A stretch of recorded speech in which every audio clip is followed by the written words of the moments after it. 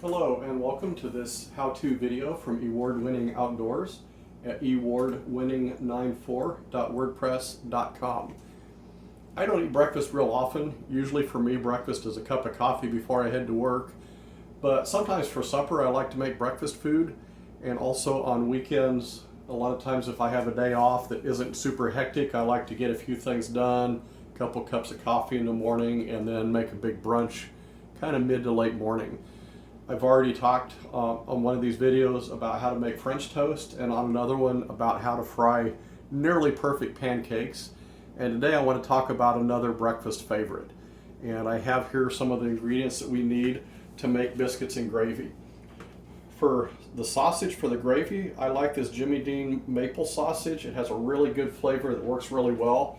For the biscuits themselves, you can make your grandma's homemade biscuit recipe. You can use any of a variety of pre-made baking mixes.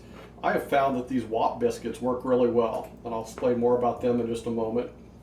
We're going to need about a quarter cup or so of flour, a cookie sheet for the biscuits, some milk, and a skillet. Now these WAP biscuits, the reason they're called that is something I learned years ago when I was in Boy Scouts. It's because you peel the plastic off and you open them by whopping them on the counter. And that's why they're called WAP biscuits. But whatever variety of biscuits you like to make, you want to start by following the directions. If it's a baking mix, it's going to tell you exactly what you want to do. If you're following your mom's or your grandma's recipe for made from scratch biscuits, all the better. But reality is most people today just don't bake stuff from scratch. So I'm preheating my oven right now. I've got the biscuits on a cookie sheet and we'll put them in just a moment. Okay, the oven has preheated. The biscuits are in and they're starting their 13 to 16 minutes they need to bake. So I'm going to snip the end off of this sausage tube here and squeeze that out into the pan. Good to have a fairly good size iron skillet for this. I'm sure you could do it in some other kind of skillet, but there's just something about cast iron that just can't be beat.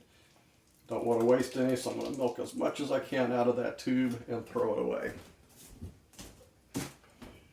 I've got the burner set to high, and it'll take a minute for the skillet to really start getting hot, but as it does, even before it's really frying, I want to start breaking up my gravy pretty good. I mean my sausage, which will become my gravy. Break it up, squish it up, and what you want to do at this point is just to brown the sausage, which basically means you're going to crumble it all up into as little pieces as you can and cook it until there's no more pink in it. And that may take several minutes to do.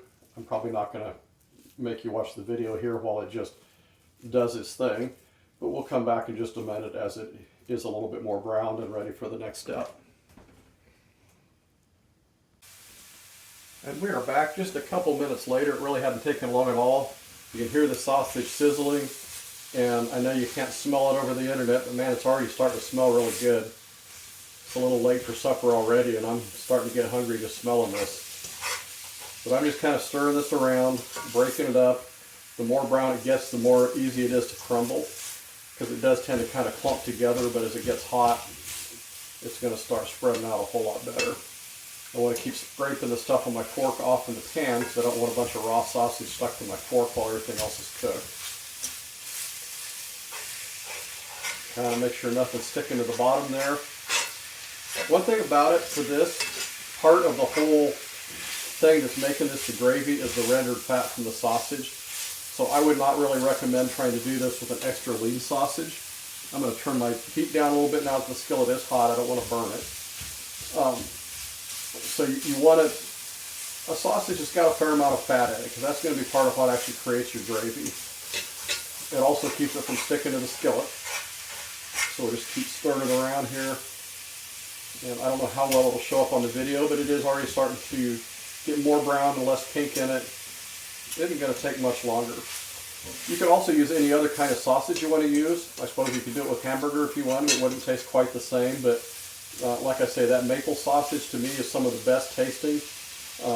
You know, it has that maple syrup flavor that I always thought having a little bit of pancake syrup get mixed in with my biscuits and gravy was really yummy anyway. And sometime through the years, I discovered this maple sausage that already has that flavor as part of the sausage.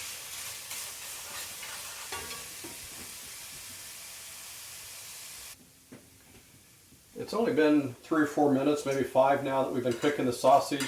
I did pause briefly there just so you didn't have to watch it do nothing but sizzle. But we're getting to the point now that there's very little pink left visible in it. I'm just going to keep kind of stirring it a little bit. As that pink disappears and it's all crumbled up, we're really about ready for the next step. And I want to turn my heat down a little bit more at this point because I don't want to burn it or get it too done. So I'm down kind of on a medium, slightly below medium heat at this point, making sure that any little raw pieces have been scraped down into the pan, nothing stuck to the bottom. And this is not a super fatty sausage, there's not a whole lot of grease in here, but the next step is you want to take your flour, and what I was originally taught was basically just enough flour that it absorbs the grease. So when you stir it around, you wind up with just dry, crumbly sausage. And what I've found is that with a 1 pound tube of sausage, about a 1/4 cup of flour is just about right for that.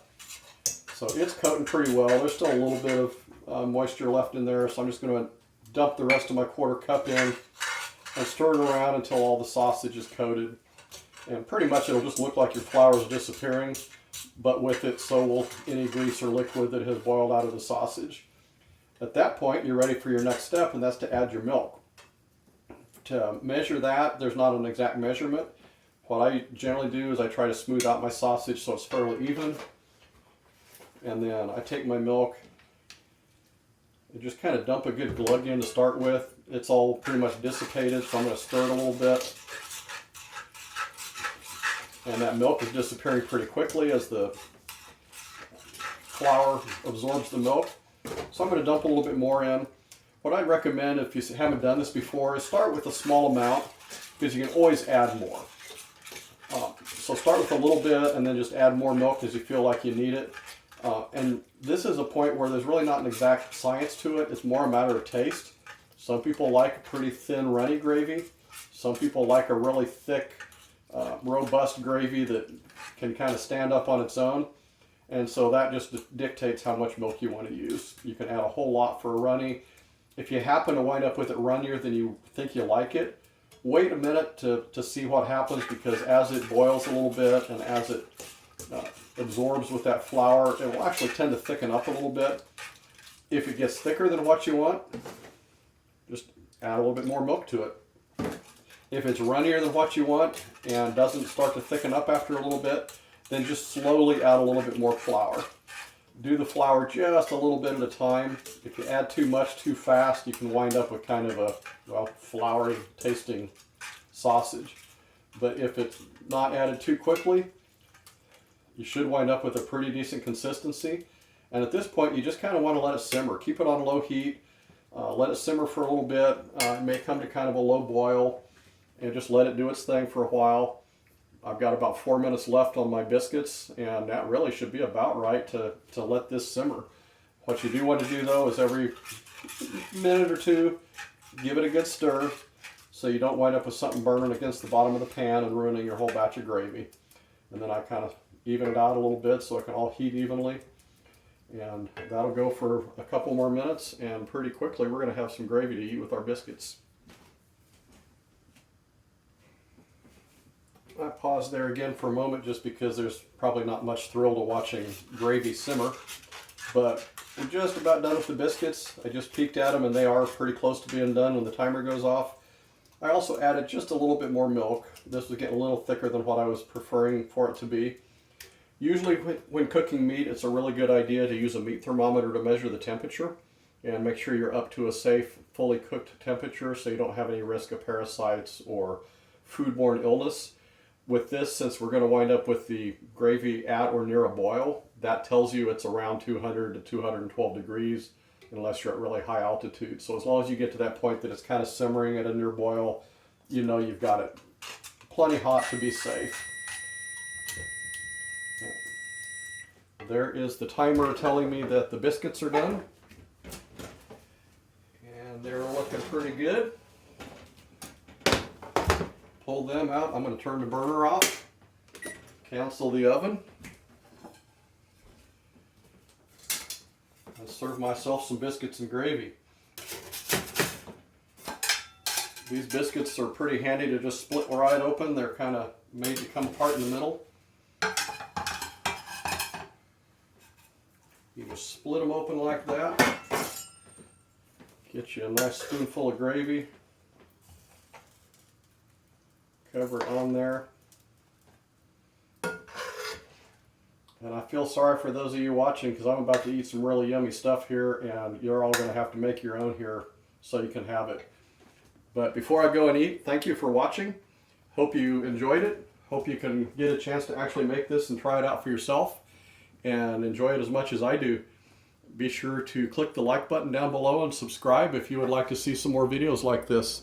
And if you want to see the pancake and French toast videos, scroll back through my channel and you'll find those just posted a couple months ago. Thanks for watching. See you next time.